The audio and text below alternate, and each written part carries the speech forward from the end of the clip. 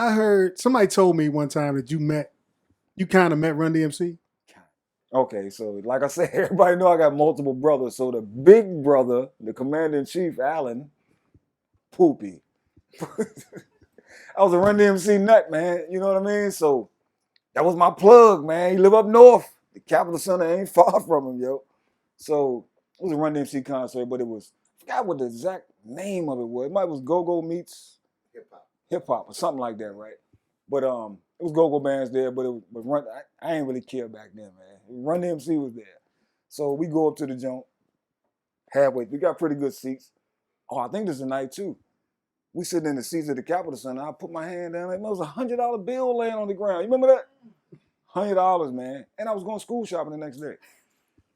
Anyway, so It was like mid '80s, right? it had to be. When nobody had any Had to money. be, yeah. So anyway, so we not far from like that's like what you call it, like the little pit or where they come out of the dressing room or whatever. So I walk down the steps and I'm just looking, man. It's like LL Cool J down there, man, and all them cats. So the only person I see is Jam Master Jay from Run DMC. So I had a poster. I took the poster down there with me, man. I said, man, can you sign this poster for me, man? He was like, man, you got a pen? I ain't had no pen, man. You know what I'm saying? I was like, nah, man, that dude right there got one, man. So he turned around, like, I was like, man, I know he's gonna walk off after this. He really walked over there and asked the dude for a pen, yo.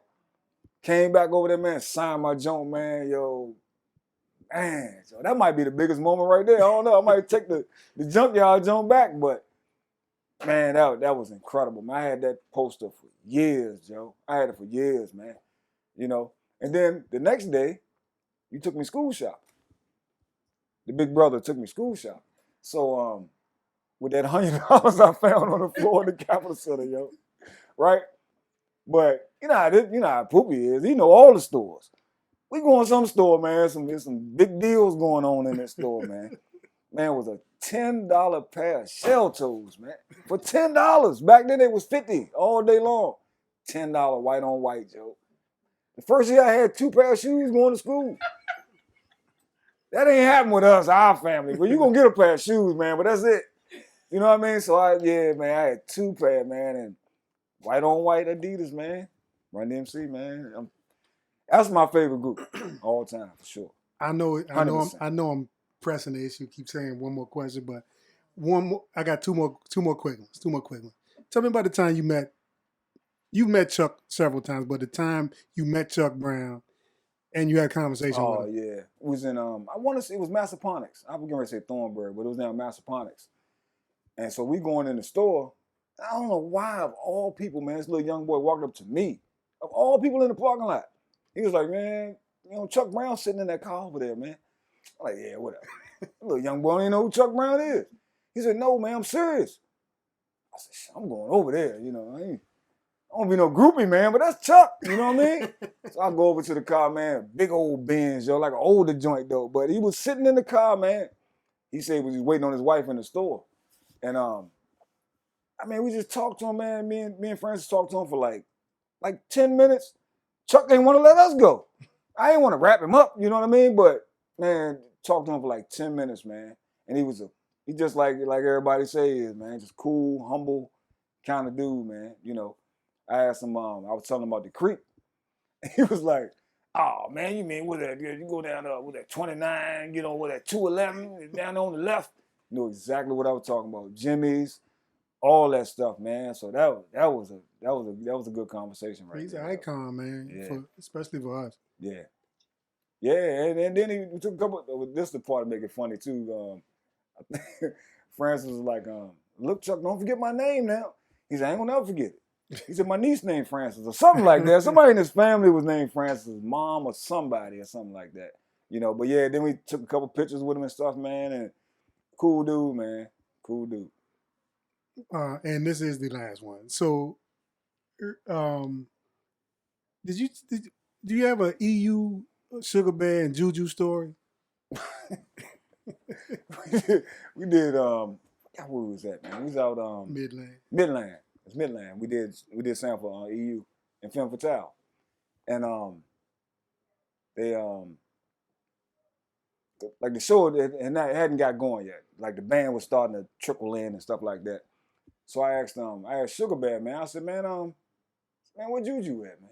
I know sometimes they use different drummers, right? So I'm like, man, Juju coming tonight?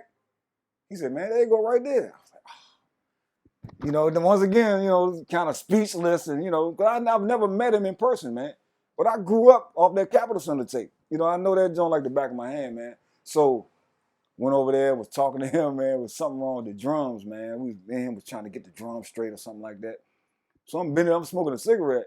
So Juju just take the cigarette out my mouth, just start smoking. I was like, but he was cool, man. Rock and roll star, man. He's that type of dude, man. But he was real cool, man. And I asked him, man. I said, man, I always wondered, man.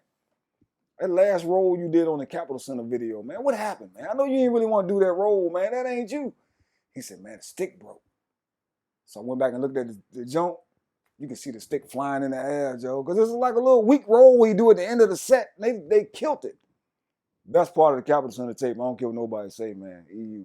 But anyway, the stick broke, man, and he told me. I just like to know stuff like that, man. And he told me, man. But this is the other funny part, though.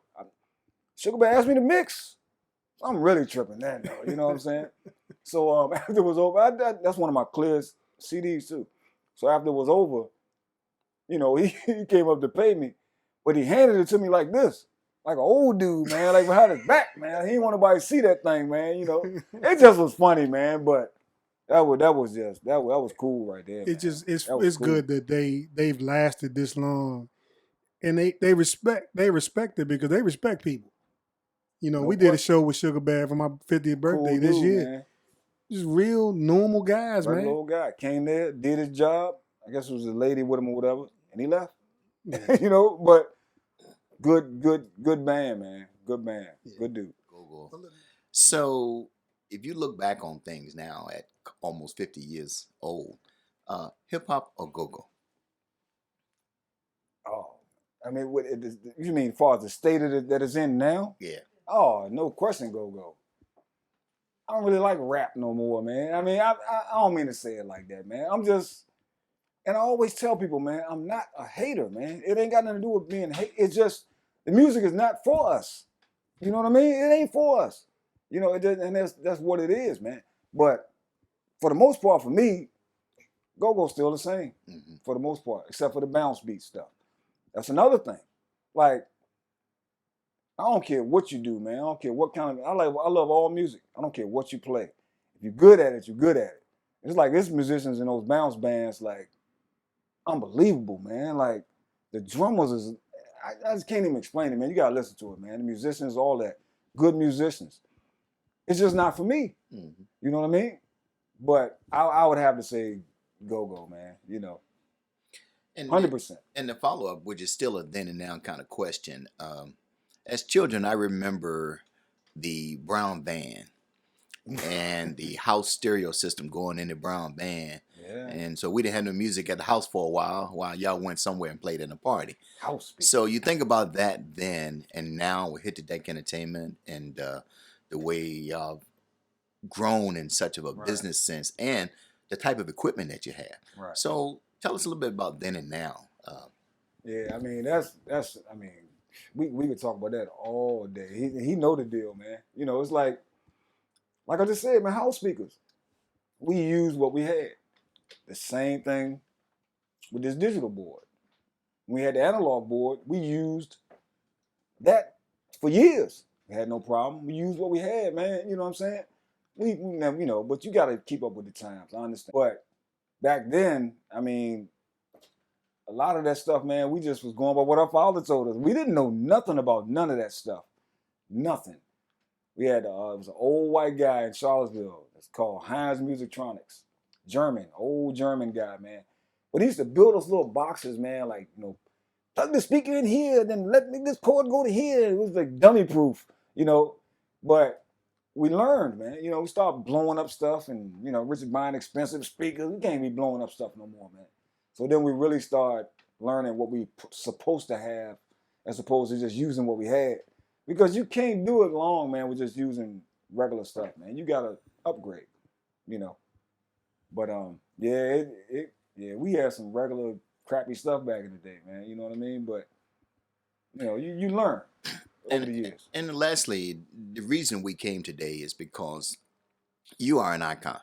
Man, You're not an old man per se, but you've been in the business for a long time. Yeah. And so you have an iconic status. And it's not always how we see ourselves, it's how other people I know see what you. mean. So I want to know, how do you feel about making all this progress in spite of not having formal music or audio training? Right. Well, I always think, man, like book sense and common sense. I mean, you know, it's two different things, man. But it's good to have both. You know, like, how can I explain it, man? Like learning this board right here. That's a good example.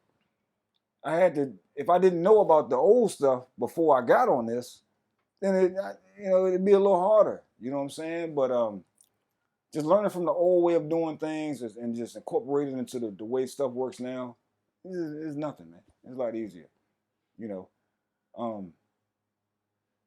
Yeah. I mean, I don't know. I don't really know how to answer that. And then lastly, and we will make this the last thing, is that Hit the Deck Entertainment now has become a brand. People know you all throughout the DMV, especially down here through Central Virginia. I don't believe any go-go band comes down through here without at least touching base with you guys. Yeah. And so from a business standpoint, how do you guys feel about the success of Hit the Deck Entertainment? Starting out, let's say, coming from the band all the way to now. Right, You know, right. what would Richard Chin think? Oh, he be lunching, man. He be tripping. Especially if he seen that truck. I mean, it's just a regular old U-Haul truck. It ain't nothing special. But it's ours, though. You know what I'm saying? It's ours, man. So, yeah, to go from, like you said, the go-go van and, you know, to where we are now, yeah, he'll be tripping, man. He'll be tripping. You know what I'm saying? Yeah. Oh, yeah. I mean, you know, and it's funny. I was telling her the other day, man, about we was delivering some doors in D.C. and there was an old guy up there, and I was talking to him. We just talking. He said, "Man, where you from, young buck?" I said, "Man, if I told you, man, you wouldn't know where I'm from." He said, "Man, just try me. Just try me." I said, "I'm from Orange, Virginia." He was like, "Oh, man, you go down with Route 3, make a left on 20. He knew exactly what I was talking about. You know, and it's the same thing when I go to clubs, man, and sometimes it be bands that we've never done before. Because they, you know how it is up DC, man. Everybody is small, man, so everybody knows each other. If you run sound, you know this band, and vice versa. So I like it when people come in and be like, "Man, where y'all from, man?" I said, "Man, Orange, Virginia." And it trip them out, man, because they always expecting, you know, like, you're not going to have this, you're not going to have that, they ain't going to be able to do this and all that. So I like that, man. You know what I'm saying? And I don't know, man. It's a funny feeling, though. But I like that I'm from down here, and it shows how passionate we are about stuff, man. I mean, you know what I'm saying? That means that we really like it, man. We go the extra mile to figure out stuff, man, and how this works and all of that stuff. You know what I'm saying? From the hip hop to the go-go. Both examples, man. You know, both music genres. You know, but yeah, that's pretty much.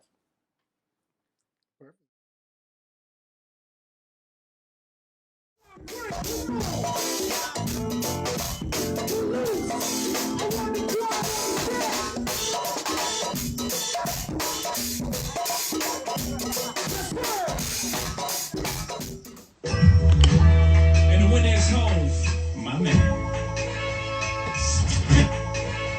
Speech. First of all, went back with the beach. First of all, went back with the beach.